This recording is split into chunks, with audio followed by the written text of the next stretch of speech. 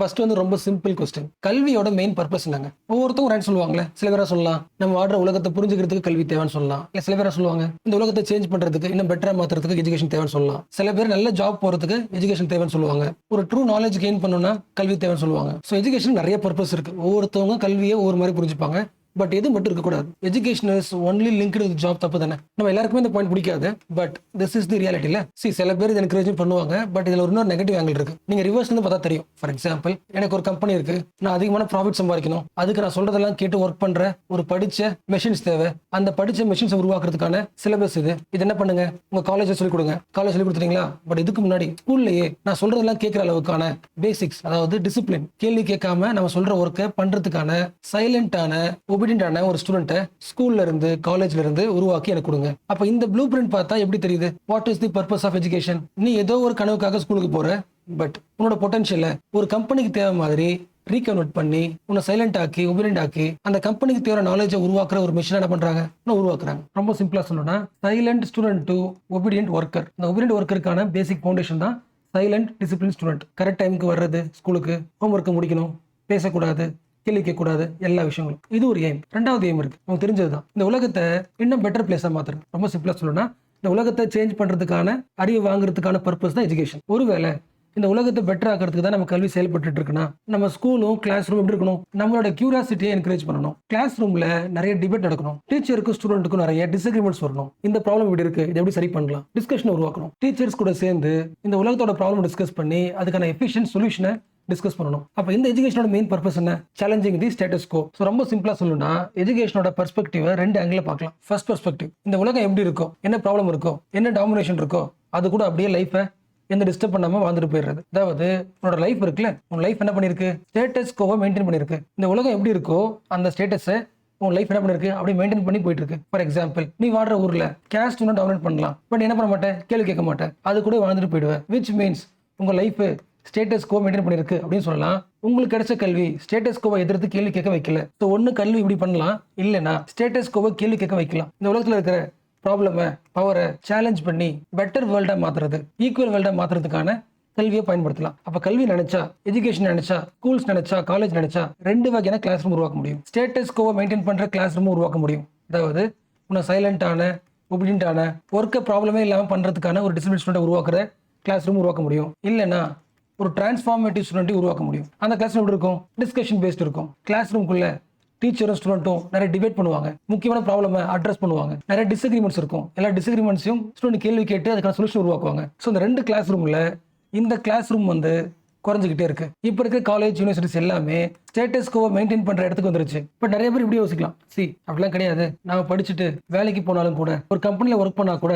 Indirectly that benefits our world, benefits our country, benefits our life, our dignity அப்படி சொல்லியிருந்தாலும் இது எல்லாமே indirect result. இது எல்லாமே மெஷர்டு த்ரூ எக்கனாமி. ஒரு சைலண்ட் ஒபீடியன்ட் ஒர்க்கராலேயே இந்த உலகத்தை மாற்ற முடியுதுன்னா, கிளாஸ் ரூம்ல debate, discussion, problem solving approach, இதெல்லாம் ஒர்க் அவுட் பண்ணி வர்ற லேபர் ஒர்க்கர் எப்படி இருப்பார்? ரொம்ப சிம்பிளா சொல்லணும்னா, இந்த உலகத்தோட எவல்யூஷன்ல நாமளும் அப்படி டிராவல் பண்றது ஒண்ணு, இந்த வேர்ல்டை டிரான்ஸ்ஃபார்ம் பண்றது ஒண்ணு. இந்த டிரான்ஸ்ஃபார்மேட்டரி எஜுகேஷன் இப்ப இருக்கிற காலேஜஸ்ல கிடையாது. அப்படி இருந்த காலேஜஸும் கொஞ்சம் கொஞ்சமா குறைஞ்சிக்கிட்டே இருக்கு. ஸோ இப்போ பேசின எல்லா விஷயமும் நம்ம ஊர் மட்டும் கிடையாது. நீங்க மதுரையில படிச்சாலும் சரி, இல்ல மாண்ட்ரியில் படிச்சாலும் சரி, குளோபல் ரியாலிட்டியே இதான். குளோபல் லெவலில் இருக்கிற எல்லா யூனிவர்சிட்டிஸ்லயும் இந்த ரெபலியஸ் ஸ்பிரிட் சொல்லுவாங்கல்ல, கவர்மெண்ட் ஒரு ஸ்கீம் போட்டுச்சுன்னா கவர்மெண்டோட பாலிசியை கிரிட்டிக்கல் அனலைஸ் பண்ற ஒரு என்வரான்மெண்ட் இருக்குள்ள காலேஜ்ல, அந்த ஸ்பிரிட் வந்து குறைஞ்சிட்டே இருக்கு. என்ன ரீசன்? யூனிவர்சிட்டிக்குள்ள 3 விஷயம் உள்ள வந்துருச்சு. ஃபர்ஸ்ட் பியூரோக்ராட்டிக் கண்ட்ரோல், ரெண்டாவது ஃபண்டிங் பிரஷர், மூணாவது ஐடியாலஜிக்கல் பாலிசி. இந்த 3 காரணத்தினால் எல்லா யூனிவர்சிட்டியோட ரெபலியஸ் ஸ்பிரிட் குறைஞ்சிட்டே இருக்கு. இந்த 3 சிம்பிளா புரிஞ்சுக்கிறதுக்கு ஒரு best example India. First point. So இது வந்து ஒரு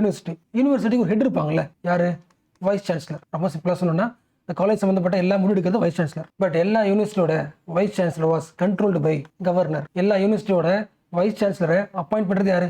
கவர்னர். கவர்னரா யாரு? சென்ட்ரல் கவர்னரோட ஆளு. அப்போ உங்க ஸ்டேட்டுக்குள்ள, உங்க டிஸ்ட்ரிக்டுக்குள்ள ஒரு யூனிவர்சிட்டி இருக்குன்னா, அந்த யூனிவர்சிட்டி என்ன சிலபஸை கொண்டு வரலாம், எப்படி டீச் பண்ணலாம், எல்லா விஷயத்தையும் முடிவு பண்றது வைஸ் சான்சலர் வழியா, கவர்னர் வழியா சென்ட்ரல் கவர்மெண்ட் ஃபுல் கண்ட்ரோல் பண்ணுது. அதான் ஃபர்ஸ்ட் பார்த்தோம், பியூரோக்ராட்டிக் கண்ட்ரோல். இந்த கண்ட்ரோல் அதிகமாயிடுச்சுன்னா யூனிவர்சிட்டியால என்ன பண்ண முடியாது? சென்ட்ரல் கவர்மெண்ட் எதிர்த்து கேள்வி கேட்க முடியாது. அந்த கவர்மெண்ட்டுக்கு பிடிக்காத சிலபஸ் நடத்த முடியாது. ரொம்ப சிம்பிளா சொல்லணும்னா, யூனிவர்சிட்டியில கிடையாது, டெமோக்ராட்டிக் கண்ட்ரோலே கிடையாது. ஒருவேளை சென்ட்ரல் கவர்மெண்ட் ரூல்ஸை மதிக்காம உங்களுக்கு பிடிச்ச சிலபஸை உங்களுக்கு ஏற்ற மாதிரி ரன் பண்ணீங்கன்னா சென்ட்ரல் கவர்மெண்ட் உங்களுக்கான ஃபண்டிங்கை கேன்சல் பண்றோம். Most of the universities running with the central government funding. அந்த ஃபண்டிங் ஸ்டாப் ஆயிடுச்சுன்னா இன்ஸ்டிடியூஷனை ரன் பண்ண முடியாது. Second point, external funding pressure. Second point. And third point, ideological policy.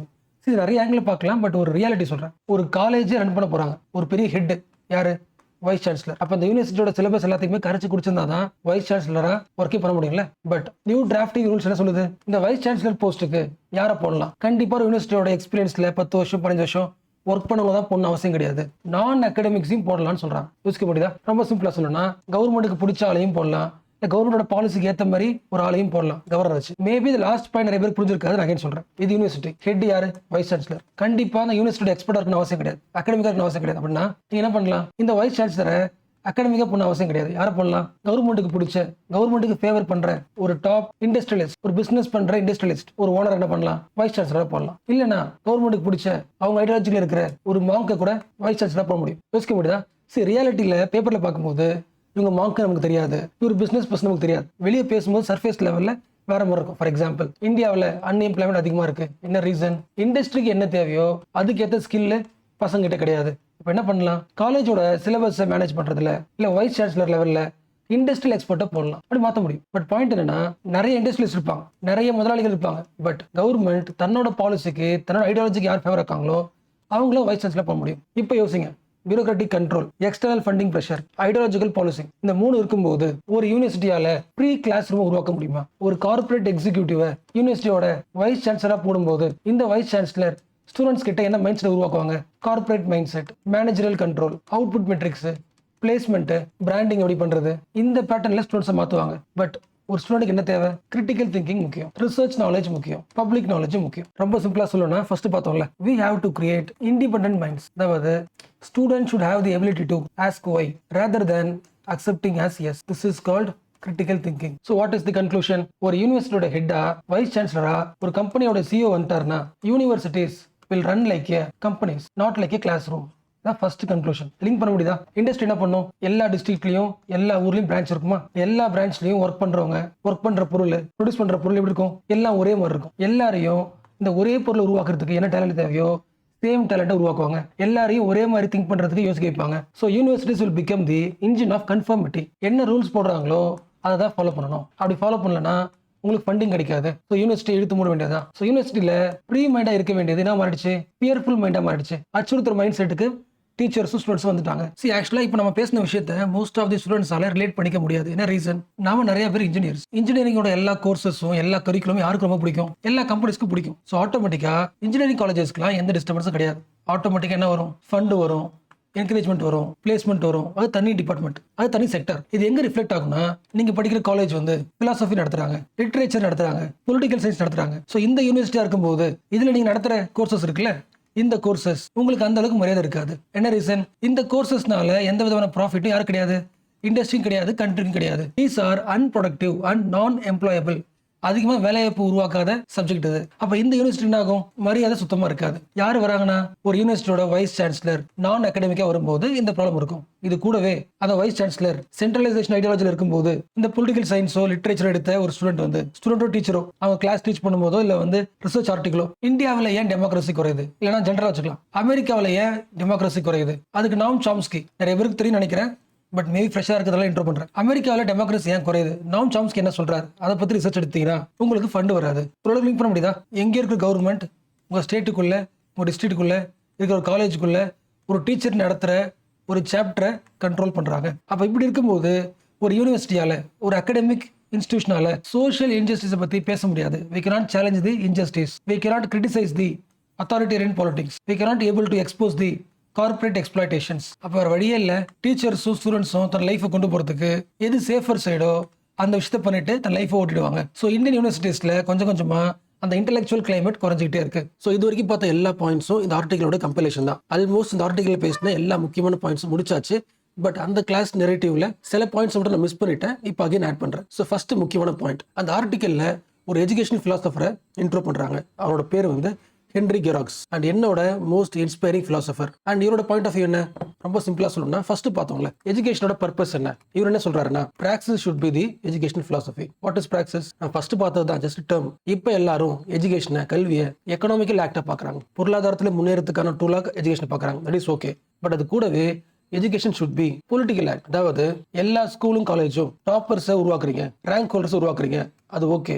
But நாம் உருவாக்க வேண்டியது கிரிட்டிக்கல் சிட்டிசன்ஸை உருவாக்கணும். அதாவது சோஷியல் ஜஸ்டிஸை உருவாக்குறதுக்கான ஒரு டூலா கல்வியை பயன்படுத்தணும். நமக்கு தெரிஞ்ச பாயிண்ட் தான். பட் இந்த பிலாசபரை ஆர்டிகலை ஏன் கோட் பண்றாங்க? நான் ஃபர்ஸ்ட் பார்த்தோம்ல இந்தியாவோட யூனிவர்சிட்டியில bureaucratisation, external funding pressure, political ideological influence, இந்த 3 பார்த்தோம்ல. இந்த 3 விஷயங்களும் மோஸ்ட் டெமோக்ரஸின்னு சொல்லப்படுற எல்லா கண்ட்ரீஸ்ல இருந்தும் மாணவர்கள் படிக்க வர்ற அமெரிக்கா யூனிவர்சிட்டிலையும் இந்த 3 விஷயம் இருக்குன்னு எக்ஸ்போஸ் பண்ண ஒரு பிலாசபர். ஸோ சேம் பாயிண்ட்ஸ் தான், பட் வேற ஒரு keywords. For example American university corporate training சென்டரா மாறிடுச்சு. கார்பரேட்ஸ்க்கு என்ன தேவையோ அதை டீச் பண்ற என்வரான்மெண்ட்டா யூனிவர்சிட்டி மாறிடுச்சு. அண்ட் நாங்க என்ன டீச் பண்றோமோ உங்க லைஃப்க்கு அதான் முக்கியம், அதுதான் scopeful. You should believe what we teach. Indoctrination. ரொம்ப சிம்பிளா சொல்லணும்னா நாங்கள் என்ன ரூல்ஸ் போடுறோமோ, என்ன கரிக்குலம் தரமோ அதை படிக்கிறதா மஸ்ட். ஒருவேளை அதை நீங்க ஃபாலோ பண்ணலனா உங்க காலேஜுக்கு ஃபண்டு கிடையாது. பயமுத்துறது, இன்டிமிடேஷன். இப்போ ட்ரம்ப் பண்ணாருல்ல, எந்த யூனிவர்சிட்டியில பாலஸ்தீன் வார் பத்தி பேசுறாங்களோ அவங்க என்ன கிடையாது, ஃபண்டு கிடையாது. இன்டிமிடேஷன். ஒருவேளை அதுக்கு மீறி நீங்க பண்றீங்கன்னா காலேஜை க்ளோஸ் பண்ணிடலாம். இன்டாலரன்ஸ், விச் மீன்ஸ் இந்த யூனிவர்சிட்டியில ஒரு வாய்ஸ் மட்டும் தான் இருக்கணுமே தவிர டைவர்சிஃபைட் வாய்ஸஸ் இருக்கக்கூடாது. விச் மீன்ஸ் அமெரிக்கன் யூனிவர்சிட்டி திங்கர்ஸை உருவாக்குறது கிடையாது, அதுல இருந்து மாறி டிசிப்ளின் ஒர்க்கர்ஸை உருவாக்கிட்டு இருக்கு. இதை எக்ஸ்போஸ் பண்ண ஒரு எஜுகேஷன் பிலாசபர்.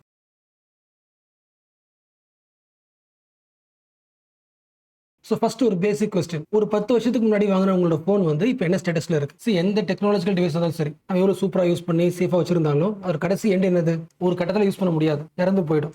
அது ப்ராசஸ் அவ்வளோதான். கடைசி எங்கே போகும்? வேஸ்ட்டாக மாறிடுமா? இந்த வேஸ்ட்டுக்கு பேர் என்ன? இ வேஸ்ட்டா? இது ஏன் முக்கியம்? இந்த இ வேஸ்ட் வந்து இந்த கேர்பேஜோட முடியறது கிடையாது. இந்த இ வேஸ்ட்டை, இந்த இமேஜ் தெரியுதா, திஸ் இஸ் தி ரியாலிட்டி. அப்போ நாம யூஸ் பண்ற ஃபோன் வந்து கடைசியா இன்டெரக்டா இன்னும் ஒரு சைல்டு பாதிக்குது. அதனால இ வேஸ்ட் டாபிக் முக்கியம். இ வேஸ்ட்டை மேனேஜ் பண்றது முக்கியம். ப்ராடக்ட் புரியல.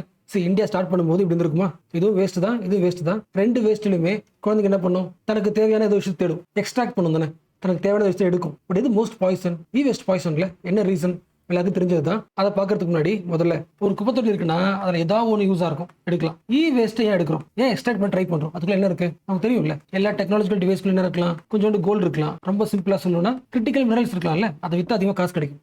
எல்லா டிவைஸ்ல இருக்கும்ல, எல்லா ஃபோன்லயும் இருக்கும், எல்லாத்துலயும் இருக்கும். அப்ப 2 முக்கியமான பாயிண்ட் நமக்கு தெரிஞ்சது. இ வேஸ்ட்டை மேனேஜ் பண்ணி ஆகணும். எதுக்கு? அதுக்குள்ள இருக்கிற கிரிட்டிக்கல் ரிசோர்சஸ், மினரல்ஸ் இருக்கு, அதனாலயும் அது யூஸ் பண்ணணும். 2வது, அது வந்து பொல்யூஷன் உருவாக்குதா? பொல்யூஷன் அர்த்தம் நீங்க பார்த்தோம்ல, இந்த சைல்டு மோஸ்ட்லி எங்க இருப்பாங்க? டெல்லியில இருப்பாங்க. நீங்க இப்ப கூட டெல்லியில ஒரு சீலாம்பூருக்கு போனீங்கன்னா எந்த விதமான கிளவுஸும் இல்லாம, மாஸ்க்கும் இல்லாம, வெறும் கையில மதர் போர்டை அங்க இருக்க ஒயரை பிச்சு இல்ல எரிச்சு அதை ரீசைக்கிள் பண்ற ப்ராசஸ் பண்றாங்க. யோசிக்க முடியல. சி ஃபர்ஸ்ட் பாயிண்ட், இ வேஸ்ட் டைரக்டா மேனேஜ் பண்ணும்போது, எக்ஸ்ட்ராக்ட் பண்ணும்போது இல்ல எரிக்கும் போது எந்தவித சேஃப் கார்டும் இல்லாம பண்ணும்போது அந்த ஹெல்த்துக்கு பாதிப்பு. இது ஒண்ணு. அண்ட் ஆல்சோ அந்த டிவைஸை நீங்க எடுக்கிறதுக்கு கழுவுவீங்கல்ல, தண்ணி போட்டு கழுவீங்க, ஆசிட் கழுவீங்க, அந்த தண்ணி என்ன ஆகலாம்? வாட்டரை பொல்யூட் பண்ணலாம். இல்லைன்னா அந்த டிவைஸ் எரிப்பீங்கல்ல, எரிக்கும் என்ன ஆகலாம்? கேஸ் ரிலீஸ் ஆகும்ல, ஏர் பொல்யூஷன் உண்டாகலாம். இல்லைன்னா எதுவுமே பண்ணாம ஒரு சாயில போட்டு டம்ப் பண்ணீங்கன்னா சாயில் பொல்யூஷன் ஆகலாம். அப்போ இ வேஸ்ட்டை மேனேஜ் பண்ண வேண்டியது மோஸ்ட் அவசியம். என்ன ரீசன்? நம்ம கையில் இருக்கிற ஒரு ஃபோன் வந்து சாயிலையும் பொல்யூட் பண்ணலாம், வாட்டரையும் பொல்யூட் பண்ணலாம், ஏரையும் பொல்யூட் பண்ணலாம். அண்ட் ஆல்சோ ஒர்க் பண்றவங்களோட ஹெல்த்தையும் பாதிப்பு ஏற்படுத்தலாம். ஸோ இவ்வளவு விஷயம் தெரிஞ்சதுக்கு அப்புறமும் எந்தவித சேஃப் கார்டு இல்லாம இ வேஸ்ட் ஹேண்டில் பண்றோம்ல, அதுக்கு என்ன ரீசன்? ஒரே ஒரு ரீசன், ப்ராஃபிட் தான். பட் அதை பார்க்கறதுக்கு முன்னாடி ஃபர்ஸ்ட் பேசிக் கொஸ்டின், உண்மையாவே இந்தியாவில் இ வேஸ்ட் அதிகமா இருக்கா? கண்டிப்பா அதிகமா இருக்கு. ஃபார் எக்ஸாம்பிள் 2017 இருந்து 2023, 24 லாஸ்ட் ஒரு 6 வருஷத்துல 2017 டைம்ல இந்தியா உருவாக்குன டோட்டல் இ வேஸ்ட் ஒரு 7 லட்சம் டன். இந்த 7 லட்சம் டபுள் ஆயிடுச்சு, 18 லட்சம் டன் அதிகமா இருக்கு. டபுளை விட அதிகம். அப்ப லாஸ்ட் 6 வருஷத்துல இந்தியாவோட இ வேஸ்ட் டபுள் ஆயிருக்குன்னா இந்தியாவோட முக்கியமான டாபிக் என்ன சொல்ல போனா, குளோபல் லெவல்ல அதிகமாக இ வேஸ்ட் ஜென்ரேட் பண்ற நாடுகள்ல டாப் லிஸ்ட்ல இந்தியா இருக்கு. இந்தியாவும் ஒரு நாடு, அதனால முக்கியம். அண்ட் ஆல்சோ இவ்வளோ இ வேஸ்ட் இருக்குன்னா அதுக்குள்ள இருக்கு ரீசைக்கிள் பண்ணும்போது மினரல்ஸ் கிடைக்கலாம், அதுக்குள்ள ஒரு எக்கானமியும் இருக்கு. பட் அந்த இ வேஸ்ட்டை எக்ஸ்ட்ராக்ட் பண்றது தான் ப்ராப்ளமே. So India is the top e waste ஜென்ரேட்டரா? இது ஃபர்ஸ்ட் பாயிண்ட். இப்போ அடுத்த பாயிண்ட், இவ்வளோ இ வேஸ்ட் இருக்குன்னா இந்த இ வேஸ்ட்டுக்கு யார் ரெஸ்பான்சிபிள்? கண்டிப்பா 100% தூக்கி போடுற கன்சியூமர்ஸ் மட்டும் கிடையாது. ஏன்னா இப்படி ஒரு வேஸ்ட்டை உருவாக்கலான்றது நமக்கு தெரியாது. யோசிக்க முடியல. லாஸ்டா படிச்சது தான் எக்ஸ்டெண்டட் ப்ரொடியூசர் ரெஸ்பான்சிபிலிட்டி. நான் ஒர்க்ல படிச்சது. எந்த கம்பெனி இந்த எலக்ட்ரானிக் டிவைஸை உருவாக்குச்சோ, யார் இந்த எலக்ட்ரானிக் டிவைஸை ப்ரொடியூஸ் பண்ணாங்களோ அவங்க என்ன பண்ணி ஆகணும்? மக்கள் யூஸ் பண்ணதுக்கு அப்புறம் அந்த வேஸ்டேஜ்ல இருக்குல்ல இல்ல டிவைசஸ், உங்க டிவைஸை நீங்களே கலெக்ட் பண்ணிக்கணும். அதாவது நீங்களே என்ன பண்ணணும்? இந்த ரீசைக்கிளை மேனேஜ் பண்ணிக்கணும். ஸோ டிவைஸை ப்ரொடியூஸ் பண்ணவங்களுக்கு ரெஸ்பான்சிபிலிட்டி, எக்ஸ்டெண்டட் ப்ரொடியூசர் ரெஸ்பான்சிபிலிட்டி. நீங்க என்ன ப்ரொடியூஸ் பண்ணீங்களோ அது வேஸ்டேஜ் வந்ததுக்கு அப்புறம் அதை கலெக்ட் பண்ண வேண்டியது உங்களோட ரெஸ்பான்சிபிலிட்டி. அப்போ என்ன பண்ண முடியாது, நீங்கள் ஒரு ஃபாரின் கம்பெனியாக இருக்கலாம், இந்தியாவுக்குள்ளே வந்து கடை வச்சுட்டு எல்லா டெக்னாலஜி விற்றுட்டு அப்படியே போயிட முடியாது. இந்தியாவில் உருவாக்குற வேஸ்ட்டை நீங்கள் என்ன பண்ணி ஆகணும், கலெக்ட் பண்ணி எடுத்துகிட்டு போயிடணும். எப்படி எல்லா ஊர்லேயும் எல்லா சிட்டிலையும் உங்கள் பொருளை விற்கிறதுக்கு ஒரு கடை வைக்கிறீங்களோ, அதே மாதிரி எல்லா ஊர்லேயும் உங்கள் பொருளால் உருவான வேஸ்ட் வச்சிருக்குல்ல, அதை கலெக்ட் பண்ணுறதுக்கு ஒரு ஷாப் போடுங்க. உங்கள் ஆளை போட்டு எல்லா வேஸ்ட்டேஜ் கலெக்ட் பண்ணி அந்த ஆஃபீஸில் வச்சுக்கோங்க. அதை என்ன பண்ணுங்க, அகைன் உங்களுக்கு தேவையான ரீசைக்கிள் பண்ணுங்க. பட் கலெக்ட் பண்ண வேண்டியது நீங்க தான், ரீசைக்கிள் பண்ண வேண்டியது நீங்க தான். ஓரளவுக்கு புரிஞ்சுல? எஸ். சரி, நம்ம ஆல்ரெடி பார்த்துருக்கோம். பட் அகைன், ஸோ இந்தியாவில் வேஸ்ட் அதிகம், அதை மேனேஜ் பண்ணுற ரெஸ்பான்சிபிலிட்டி ப்ரொடியூசருக்கு இருக்கு. இதெல்லாம் ஓகே தான். பட் நம்மளோட மெயின் ஏம் இது கிடையாது. இந்த கிளாஸ்ல எல்லா கம்பெனிக்காரங்களும் ஒரு விஷயம் பண்ணுவாங்க. ஃபார் எக்ஸாம்பிள், இவன் தான் ப்ரொடியூசர், ஒரு லேப்டாப் ப்ரொடியூசர் வச்சுக்கலாம். லேப்டாப்போ இல்லை மொபைல் ஃபோனோ டெக்னாலஜியோ இல்லை இயர்ஃபோன் எனிதிங் ப்ரொடியூஸ் பண்ணியாச்சு. அது கார்பேஜில் போட்டாச்சு, மக்கள் யூஸ் பண்ணி போட்டாங்க. இப்போ என்ன பண்ணுவானா, இந்த ஒர்க்கை மேனேஜ் பண்றதுக்கு இன்னொரு ஆளுக்கு கான்ட்ராக்ட் தருவான். ஃபார் எக்ஸாம்பிள் நான் வச்சுக்கலாம். இப்போ நான் போய் சொல்லுவேன், உங்க கம்பெனி ப்ரொடியூஸ் பண்ண எல்லா வேஸ்ட்டையும் நான் எடுத்து என்ன பண்றேன், அது எல்லாத்தையும் ரீசைக்கிள் பண்ணி தர்றதுக்கு எவ்வளோ ஆகும்னா 1 லட்ச ரூபாய் ஆகும். நான் சொல்றேன், எனக்கு 1 லட்ச ரூபாய் கொடுத்தீங்கன்னா எல்லா வேஸ்ட்டையும் நானே ரீசைக்கிள் பண்ணி உங்களுக்கு கொடுத்துருவேன். நான் சொல்றேன். பட் அடுத்த நாள் இன்னொருத்தர் வரார். அவர் என்ன சொல்றாருன்னா, அவ்வளோலாம் தேவையில்லை, ஜஸ்ட் 10,000 போதும், எனக்கு 10,000 கொடுங்க, எல்லா வேஸ்ட்டையும் ரீசைக்கிள் பண்ணி உங்களுக்கு கொடுத்துட்றேன். இந்த கம்பெனிக்கார யாரை சூஸ் பண்ணுவான், இவனை தான் சூஸ் பண்ணுவான். அடுத்த கொஸ்டின் வருதுல, இவர் 1 lakh சொன்னாரு, பட் இவர் 10,000 ரீசைக்கிள் பண்றாருன்னா என்ன ரீசன்? அதுக்கு என்ன ரீசன்னா இதான் ரீசன். ஃபர்ஸ்ட் பார்த்தோம்ல, எந்த விதமான சேஃப் கார்டும் இல்லாம குழந்தைகளை பயன்படுத்தி கிளவுஸ் மாஸ்க் எதுவுமே தராம இன்ஃபார்மலா வேஸ்ட்டை ரீசைக்கிள் பண்ண ட்ரை பண்றாங்களே, இவங்க தான் இப்போதைக்கு ப்ராப்ளம். உங்களுக்கு புரிஞ்சா? இந்தியாவில் வேஸ்ட் இருக்குன்னு நமக்கு தெரியும். அதை பார்த்துக்க வேண்டியது எக்ஸ்டெண்டட் ப்ரொடியூசர் ரெஸ்பான்சிபிலிட்டி நமக்கு தெரியும். அதை முடிஞ்ச அளவுக்கு வேஸ்ட்டை கலெக்ட் பண்ணுறாங்கன்னு நமக்கு தெரியும். பட் இந்த ப்ராசஸ்க்குள்ள ஒரு ப்ராப்ளம் இருக்கு. அந்த ப்ராப்ளம் தான் பார்க்குறோம். என்ன ப்ராப்ளம்? ரீசைக்கிள் பண்ணுறவன் ஒழுங்காக பண்ண மாட்டேங்கிறான். அவனால ஒர்க்கர்ஸ்க்கும் பிரச்சனை, என்விரான்மெண்ட்டுக்கும் பிரச்சனை. என்ன ரீசன் பார்த்தா, அவனோட ஒர்க்கிங் இருக்குல்ல, ரீசைக்கிளிங் ஒர்க்கிங், அது வந்து இன்ஃபார்மலா இருக்கு. அப்ப இதுக்கு என்ன பண்ணலாம்? அதுக்கான சொல்யூஷன் தான் இன்னைக்கு centre page article, India's rising waste, the need to recast its management. அவங்க ஜஸ்ட் 2 பாயிண்ட் கோட் பண்றாங்க. அந்த 2 பாயிண்ட் பார்த்துட்டா கிளாஸ் ஓவர். சோ இப்போ சொல்லுங்க, இந்த கிளாஸோட கோர் பாயிண்ட் என்ன? இன்ஃபார்மல் ரீசைக்ளிங், இதனால உருவாக்குற என்விரான்மெண்டல் டேமேஜ், இதனால உருவாக்குற ஒர்க்கர்ஸோட ஹெல்த் கொலாப்ஸ், இது எல்லாத்த விட ஒரு வேஸ்ட் இருக்குன்னா அதை ப்ராப்பரா ஒரு இண்டஸ்ட்ரி வச்சு ரீசைக்கிள் பண்ணும்போது கிடைக்கிற அந்த வேஸ்ட் இருக்கும்ல, அந்த கோர் மினரல் இருக்கும்ல, கோல்டு ஃபார் எக்ஸாம்பிள் எல்லாமே. ஸோ ஃபார்முலா எக்ஸ்ட்ராக்ட் பண்ணுறதை விட இன்ஃபார்மலாக எக்ஸ்ட்ராக்ஷன் எப்படி இருக்கும்? கம்மியாக தான் இருக்கும். ரீசைக்கிள் ரொம்ப கம்மியாக தான் இருக்கும் வேல்யூ. அப்போ அந்த இன்ஃபார்மல் ரீசைக்கிளிங் 2 விஷயத்தை உருவாக்குது. ஒன்று ஹியூமன் டிசாஸ்டர், மனிதர்களை சாகடிக்குது. 2வது எக்கனாமிக் டிசாஸ்டர். 20 பில்லியன் வேல்யூ கொண்ட கிரிட்டிக்கல் மினரல்ஸ், மெட்டல்ஸ் வேஸ்ட்குள்ள இருக்கு. அதை இந்தியா என்ன பண்ணுது? லாஸ் பண்ணுது. அப்போ அந்த இன்ஃபார்மல் ரீசைக்கிளிங்க்கு வாட் இஸ் தி சொல்யூஷன்? ரொம்ப சிம்பிள். 2022 வேஸ்ட் மேனேஜ்மெண்ட் ரூல்ஸ்ல ஒரு பாயிண்ட் கொண்டு வந்தாங்க. அந்த பாயிண்டோட கீ டேர்ம் ஃப்ளோர் பிரைஸ். அதாவது most of the companies informal recycling போறதுக்கான காரணம் என்ன? அவங்க கேட்குற காசு ரொம்ப கம்மியா இருக்கு, சீப்பா இருக்கு, காசை கொடுத்துட்டு ரீசைக்கிள் பண்ணிக்கலாம். இதை சரி பண்ணலாம். எப்படி சரி பண்ணலாம்? ரீசைக்கிள் பண்றதுக்கு இன்ஃபார்மலா இருந்தாலும் சரி, ஃபார்மலா இருந்தாலும் சரி, ஒரு ஸ்டாண்டர்ட் பிரைஸை முடிவு பண்ணணும். Minimum guaranteed price. இதுக்கப்புறம் ஒரு ப்ரொடியூசர் ஒரு ரீசைக்கிளரை முடிவு பண்றதுக்கு முன்னாடி 2 பார்க்கணும். அந்த ரீசைக்கிளிங் கம்பெனி இருக்குல்ல, ரெஜிஸ்டர் பண்ணப்பட்டிருக்கா, ரெஜிஸ்டர்டு ரீசைக்கிளர்னா செக் பண்ணிக்கங்க. First point. 2வது, ஒரு ஃபார்முலா ஒரு வேஸ்ட்டை ரீசைக்கிள் பண்றதுக்கு என்ன காசு ஆகும்? ஒரு ஸ்டாண்டர்ட் பிரைஸ். ரொம்ப சிம்பிளா சொல்லணும்னா மினிமம் பிரைஸ். அந்த ஃப்ளோர் பிரைஸை ஃபிக்ஸ் பண்ணுங்க. அதுக்கு கீழே தரக்கூடாது. என்னாகும்? ஒரு இன்ஃபார்மலா வந்து கேட்டாலும் அவ கேட்கிற காஸ்ட்டும் ஃபார்மல் கம்பெனி கேட்கிற காஸ்ட்டும் ஓரளவுக்கு சேமா தான் இருக்கும். ஒருவேளை ரொம்ப கம்மியா கேட்டனா கண்டிப்பா இவங்க ரெஜிஸ்டர் பண்ணதா இருக்க மாட்டாங்க.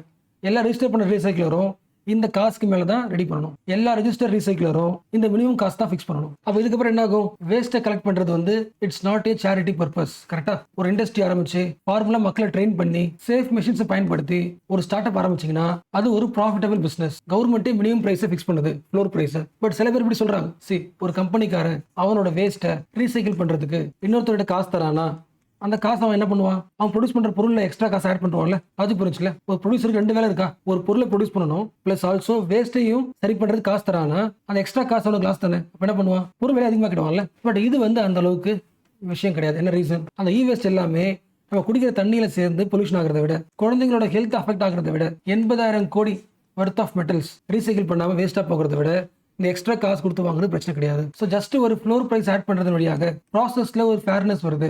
இந்தியாவில் ரீசைக்கிளிங் பிசினஸ் அதிகமாகும். And also India will become clean and safe country.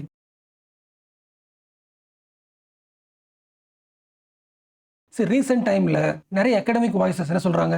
இந்தியாவில் பாப்புலிசம் அதிகமாயிடுச்சு. அதாவது எலெக்ஷன்ல ஜெயிக்கிறதுக்கு மக்கள் கிட்ட எது சொன்னா மக்கள் அட்ராக்ட் ஆயிட்டு ஓட்டு போடுவாங்களோ. ஃபார் எக்ஸாம்பிள், நான் ஆட்சிக்கு வந்தா இதை ஃப்ரீயா தரேன். இந்த ஃப்ரீபி கல்ச்சர் அதிகமாயிடுச்சு. இந்த ஃப்ரீபி கல்ச்சர் என்ன ஆகுது? இந்தியாவோட எலெக்ஷன் சிஸ்டத்தை, டெமோக்ரஸியை வீக் ஆக்குது. ஸோ இந்த பெர்ஸ்பெக்டிவ் நிறைய அகாடமிக்ஸ் சொல்லிட்டு இருக்காங்க. என்ன சொல்றாங்க? இந்தியாவில் டெமோக்ரஸி ஸ்ட்ராங் ஆகணும்னா we have to end the freebie culture. இந்த ஃப்ரீயா தர்ற லேப்டாப்பு, ஃபார்மர்ஸ் தர ஃப்ரீ எலக்ட்ரிசிட்டி, இல்ல ஸ்கூலுக்கு போகும்போது தர பைசைக்கிள், லேப்டாப், மிக்ஸி இது எல்லாமே இந்தியன் டெமோக்ரஸியை வீக்கெண்ட் பண்ணுதுன்னு சொல்லி அகாடமிஸ் கிரிட்டிக் வைக்கிறாங்க. பட் இது உண்மையா? சோ நாம என்ன பாயிண்ட் பார்க்க போறோம்னா, உங்களுக்கு ஃப்ரீ பீஸ் பிடிக்குதோ இல்லையோ, எண்ட் டு ஃப்ரீ பீஸ்னு நீங்க ஒரு வாய்ஸ் தரீங்கன்னா நீங்க ஃபர்ஸ்ட் தெரிஞ்சுக்க வேண்டியது, எலெக்ஷன் டைம்ல ஓட்டருக்கு காசு தர்றதும், இல்ல உங்களுக்கு வந்து எலெக்ஷன் டைம்ல வேலை வாங்கி தரேன் சொல்றதும், இல்ல பஸ்ல வந்து ஃப்ரீ டிக்கெட் சொல்றதும், இல்ல லேப்டாப் ஃப்ரீயா தரதும் எல்லாமே ஒண்ணு கிடையாது. இது எல்லாத்தையுமே ஃப்ரீபின்ற வார்த்தைக்குள்ள அடைக்கக்கூடாது. உங்களுக்கு புரிஞ்சுல? எல்லா கிரிட்டிக்ஸும் ஃப்ரீபி கல்ச்சருக்குள்ள நிறைய விஷயங்களை ஜெனரலைஸா பாக்குறாங்க.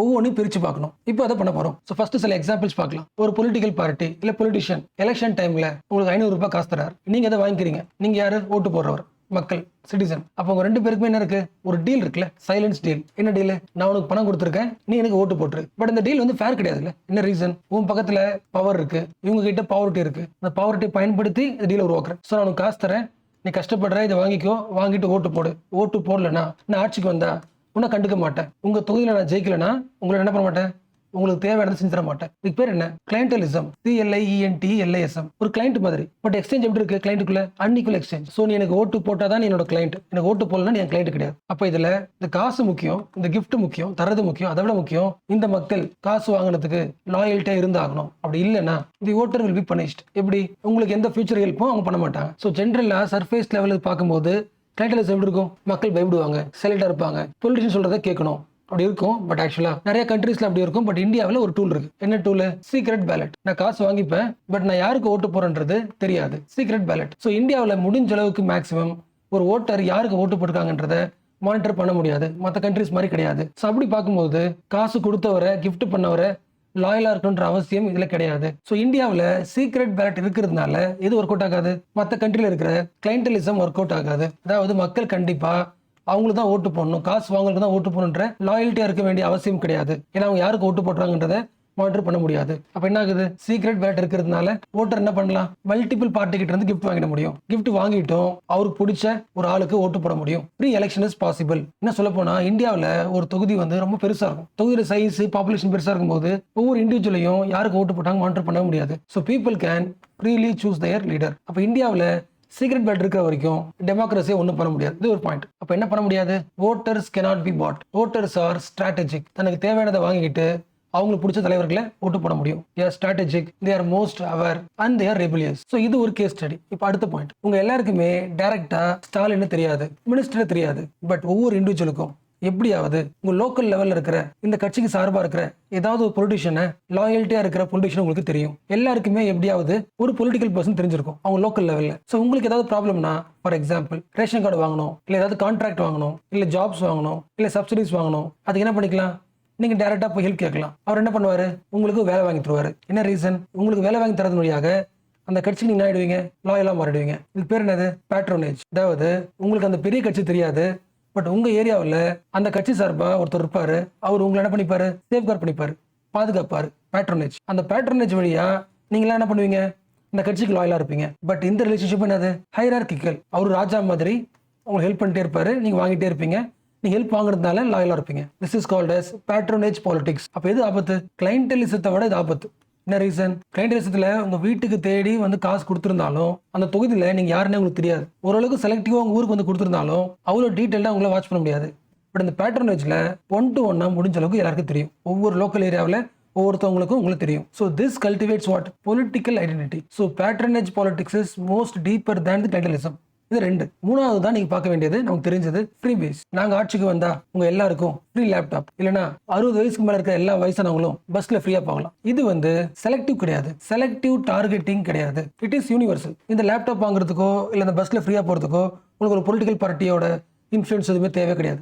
இது ஒரு லாவா வந்துடும். அப்ப இது வந்து ஒரு கட்சி தர ஆஃபர். அது உங்களுக்கு தேவைன்னா எடுத்துக்கலாம், இல்ல வேணாம்னு சொல்லிடலாம். ஸோ ஃப்ரீ பேஸோட மெயின் எய்ம் என்ன? சொசைட்டில ஏதோ ஒரு விஷயம் மக்களுக்கு இல்ல, அதை தரலாம். அதை பொலிட்டிக்கல் பார்ட்டி எலெக்ஷன் டைம்ல நிறைவேற்ற ட்ரை பண்ணுது. அப்ப அந்த ஃப்ரீ பீஸ் என்ன ஆகும்? கொஞ்சம் கொஞ்சமா எவ்வளவு ஆகும்? இப்போ ஸ்டார்டிங் டைம்ல மக்கள் கிட்ட பேசிக் நெசசிட்டி இருக்காது. அப்ப என்ன பண்ணுவாங்க? Free TV, free mixie, free laptop தருவாங்க. இன்னொரு காலகட்டத்தில் சொசைட்டி இம்ப்ரூவ் ஆக இந்த ஃப்ரீ பீஸ் என்ன மாறும்? அடுத்த தேவைக்கு நவரும். நாங்க ஆட்சிக்கு வந்தா எல்லாரோட சம்பளம் உயர்த்தப்படும், இல்லனா மினிமம் வேஜ் அதிகமாக்கலாம். அப்ப என்ன ஆகுது? இதை பாக்குறதுக்கு நம்ம ஃப்ரீ பீஸ் சொல்றோம், பட் என்ன ஆகுது? வெல்ஃபேர் மெஷர்ஸ் தானே. இந்த வெல்ஃபேர் மெஷர்ஸ் என்ன உருவாக்குது? எக்கனாமிக் டெவலப்மெண்ட் உருவாக்குது. இல்ல ஒரு பஸ்ல ஃப்ரீயா மூவ் ஆகுனா ஒரு என்ன பண்ண முடியும்? தன்னோட எம்ப்ளாய்மெண்ட் ஆப்பர்ச்சுனிட்டி அதிகமாகுது. லேப்டாப் ஃப்ரீயா தரது வழியாக எஜுகேஷன் இம்ப்ரூவ் ஆகுது. இது indirectly contributes to the India's economic development. This is universalistic. பீகார்ல இருக்கிற ஒரு கேர்ளுக்கு ஸ்கூலுக்கு போறதுக்கு பைசைக்கிள் கிடைக்குதுன்னா இதை நீங்க ஜஸ்ட் ஃப்ரீயா பார்க்க முடியாது. இது அந்த ஊரோட ஸ்கூல் என்ரோல்மெண்ட் ரேஷியோவை அதிகமாக்கலாம். அது ஒரு பொலிட்டிக்கல் பார்ட்டி நாங்கள் ஆட்சிக்கு வந்தால் அதை பண்ணுவோம்னு சொல்றது இது என்ன கிடையாது, இது பிரைப் கிடையாது. It is the social investment welfare strategy.